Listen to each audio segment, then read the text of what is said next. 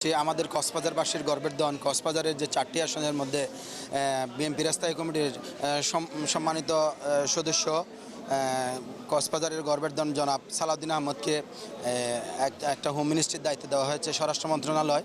তো আমরা কক্সবাজারের যে প্রকল্পগুলো বিশেষ করে কক্সবাজারের একটি মেডিকেল কলেজ আপনারা জানেন এখানে আছে। আমরা কক্সবাজারবাসীর দাবি এই কক্সবাজার মেডিকেল কলেজকে 500 শয্যা বিশিষ্ট একটা পূর্ণাঙ্গ মেডিকেল কলেজ রূপ দিবে এবং যে পর্যটন খাত সারা বিশ্বের দীর্ঘতম সমুদ্র সৈকত কক্সবাজারে অবস্থিত, সেই পর্যটন খাতকে সরকারের গুরুত্ব দিয়ে শিক্ষিত এবং বেকার জনগণকে এই কাজের মধ্যে ট্রেন আপ করে সম্পৃক্ত করে ইকো ট্যুরিজম ডেভেলপের জন্য হবে বলে আমি দৃঢ় বিশ্বাস করি।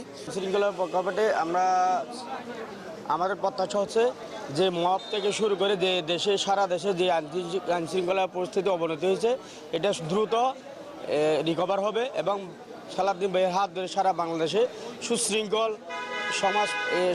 রাষ্ট্র ব্যবস্থা প্রতিষ্ঠিত হবে।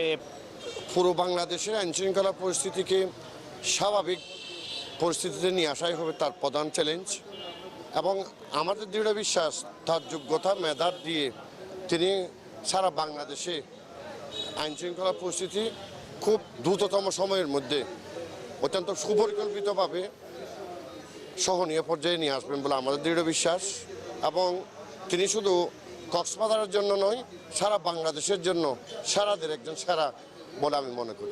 স্বাভাবিক হবে সারা বাংলাদেশ গোটা বাংলাদেশ একটি সামাজিক নিরাপত্তা বলয়ের মধ্যে আসবে এবং আমরা কক্সবাজারবাসী অত্যন্ত আনন্দিত। বিশেষ করে আমরা আবারও ধন্যবাদ জানাই আমরা বিএনপির চেয়ারম্যান মাননীয় প্রধানমন্ত্রী তারেক রহমানকে। উনি কক্সবাজারের 25 লক্ষ মানুষকে উনি ধন্য করেছেন।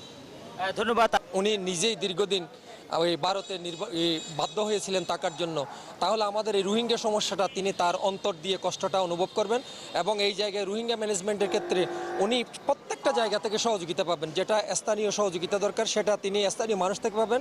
আশা করি তিনি প্রশাসন এবং রাষ্ট্র থেকে সহযোগিতা পারলে শহীদ প্রেসিডেন্ট জিয়াউর রহমান এবং বেগম খালেদা জিয়ার পরে তিনিই প্রথম হবেন রোহিঙ্গা প্রত্যাবাসনের অগ্রনায়ক।